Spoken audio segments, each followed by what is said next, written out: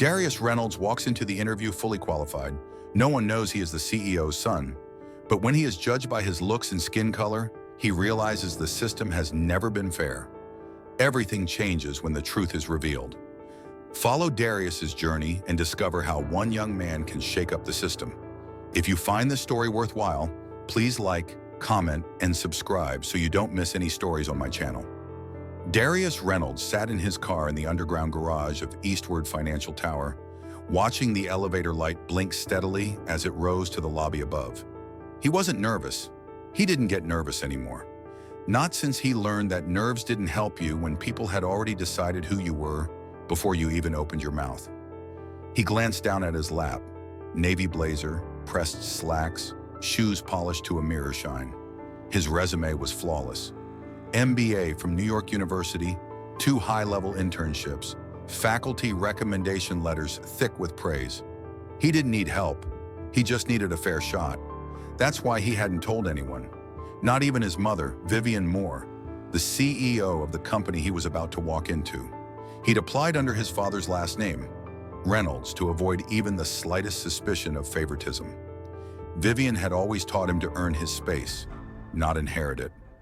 The lobby was quiet and cold when he stepped in. A tall white receptionist greeted him with the kind of smile that stopped short of the eyes. "Hi," Darius said, keeping his voice easy. "I'm here for a 9 a.m. interview with Mr. Randall." She looked him over, not in a welcoming way, more like she was double-checking something she hadn't been expecting. "Name? Darius Reynolds," she typed slowly. "Right. Have a seat." No offer of water, no small talk. He took a seat near a sculpture that looked like melted metal. A few minutes later, another applicant walked in.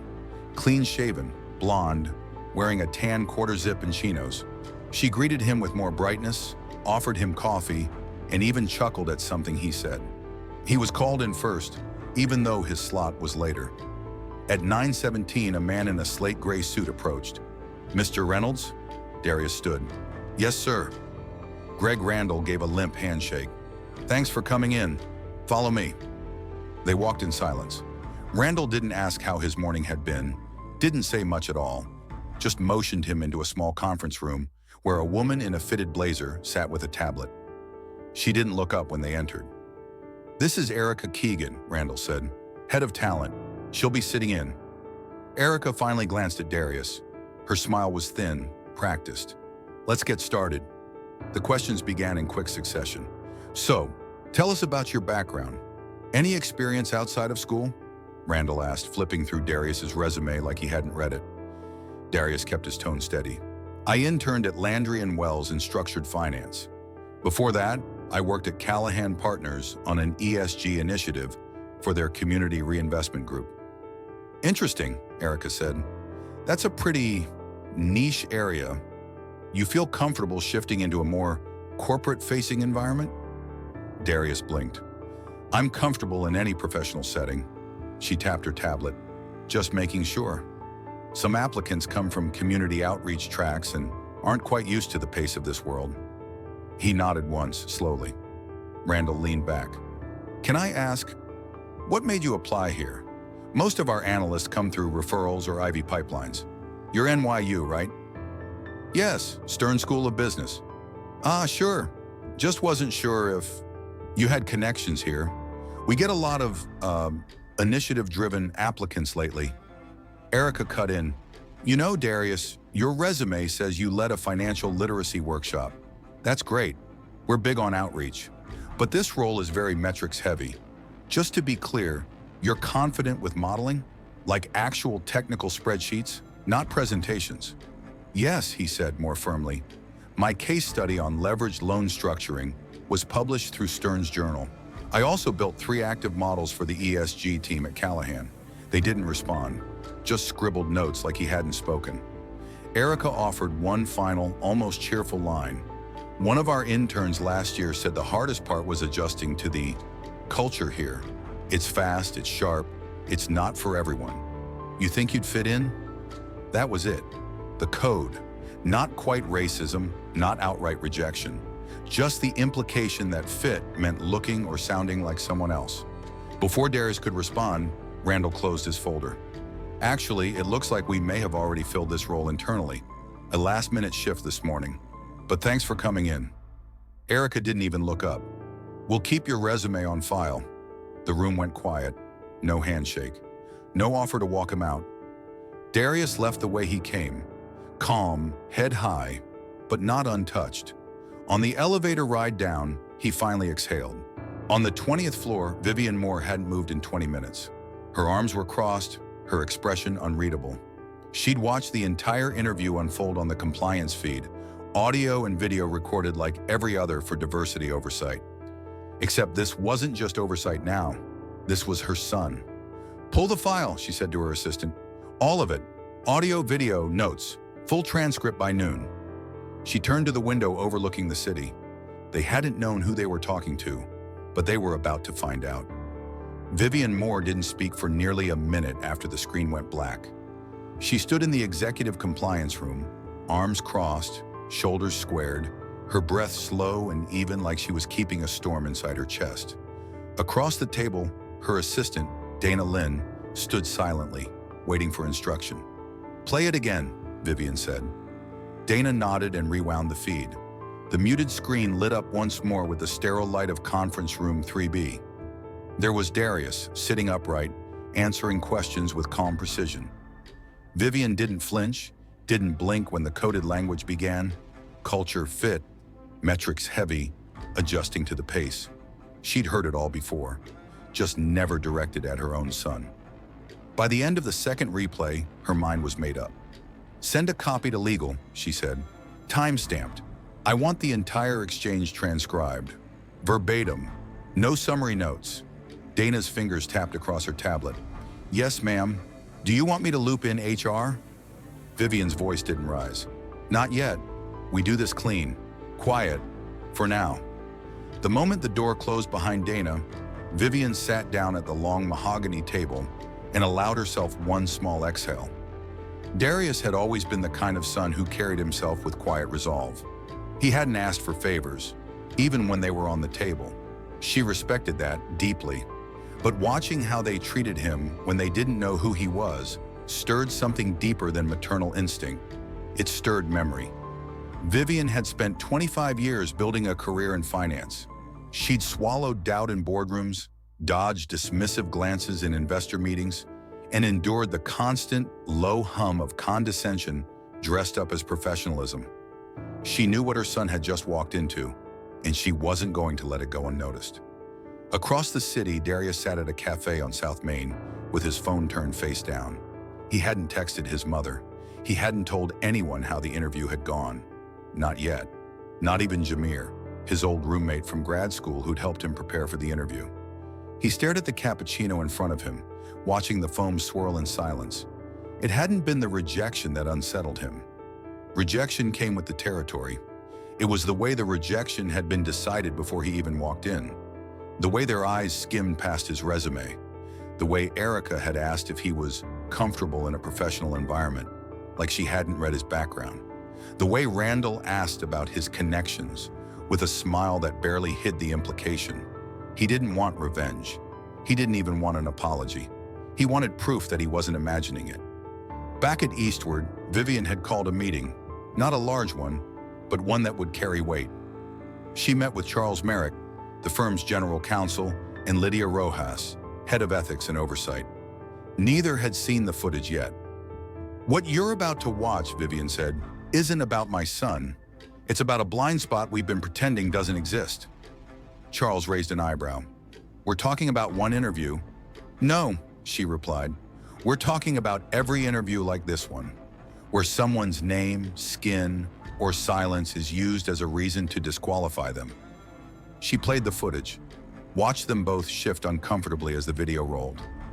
When it ended, Lydia spoke first. "Jesus, that wasn't subtle." Charles adjusted his tie. "That's actionable, especially if this gets out." Vivian looked him dead in the eye. "It will get out, if we don't deal with it ourselves." Lydia leaned forward. "What do you want to do?" "We initiate an internal review. We start with that team, Erica Keegan, Greg Randall, their hiring patterns, their notes, every resume they've rejected for this quarter." Charles hesitated. If we go too hard, it'll look like retaliation. Vivian didn't flinch. Then we don't go hard. We go exactly as hard as the truth demands. She stood and gathered her folder.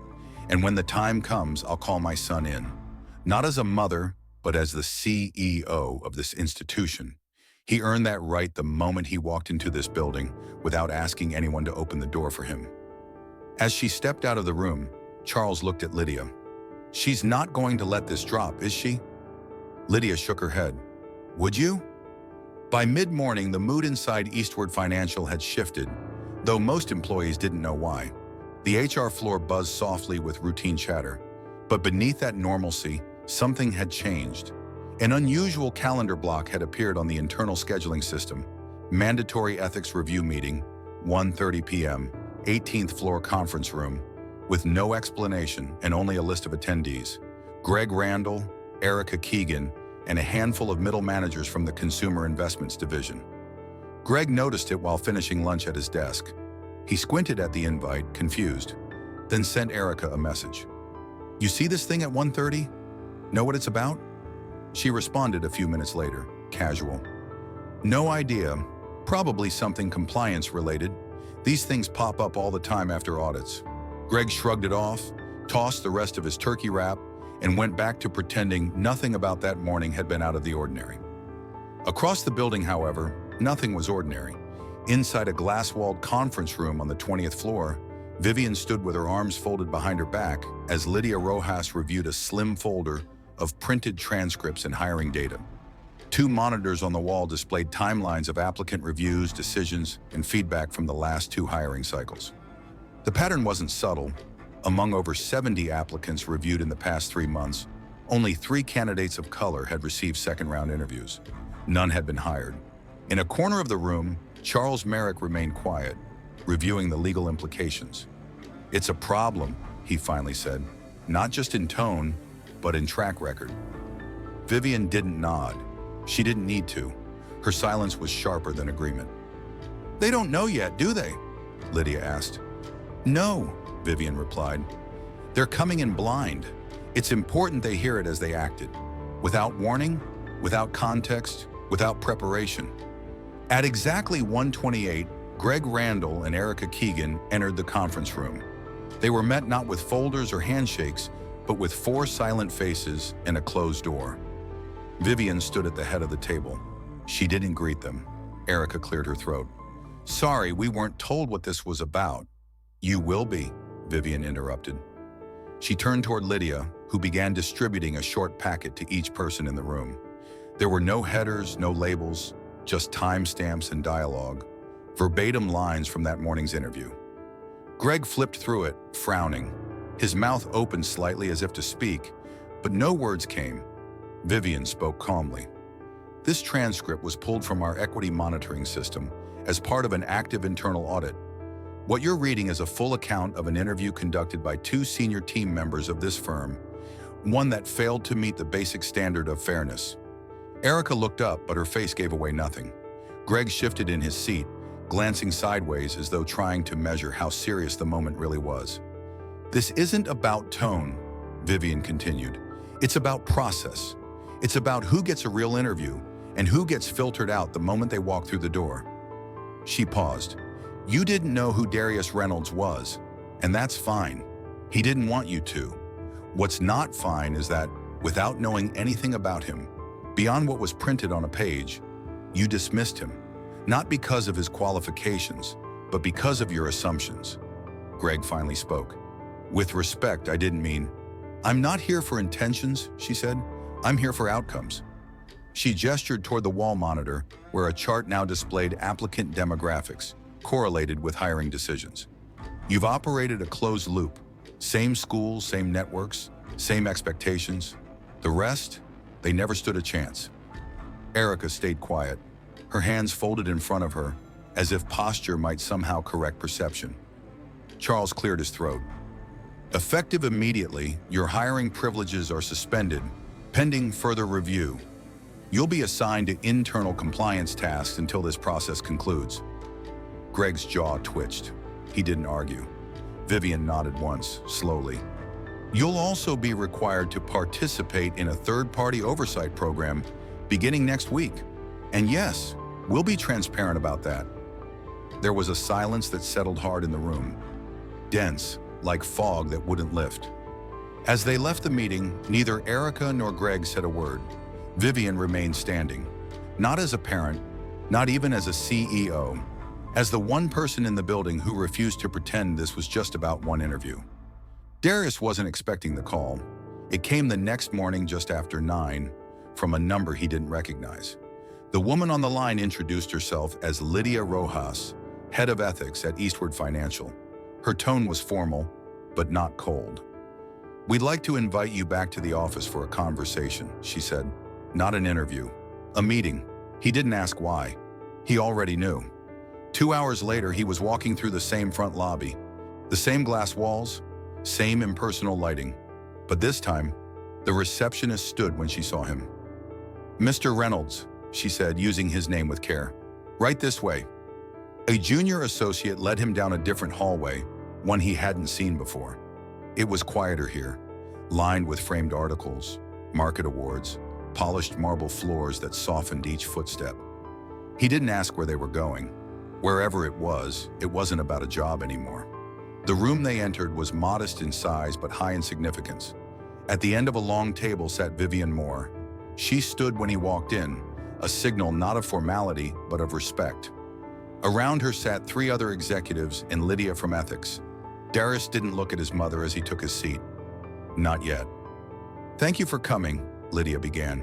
"We realize this isn't a usual situation, and we don't intend to pretend it is. We've reviewed the footage and the transcripts of your interview. We've spoken to the parties involved. What you experienced wasn't just unfortunate, it was unacceptable." Darius didn't respond. He let the weight of her words settle. He wasn't here for reassurances, and they could feel that. Vivian spoke next, not as his mother, but as the woman in charge. "You walked into this building qualified, prepared, and professional," she said. "You shouldn't have had to prove anything beyond that. But the truth is, some people saw you and decided otherwise. Not because of what you'd done, but because of what they thought you represented." It was the first time she met his eyes. "I didn't know you'd applied," she added. "You didn't ask me for anything, and that speaks more about your integrity than anything I could ever teach you." Lydia turned slightly toward him. "This meeting is yours, Darius. We're not here to ask for your forgiveness, but if you're willing, we'd like to offer you the opportunity you originally applied for, with full transparency, full compensation, and a formal apology in writing." He didn't speak immediately.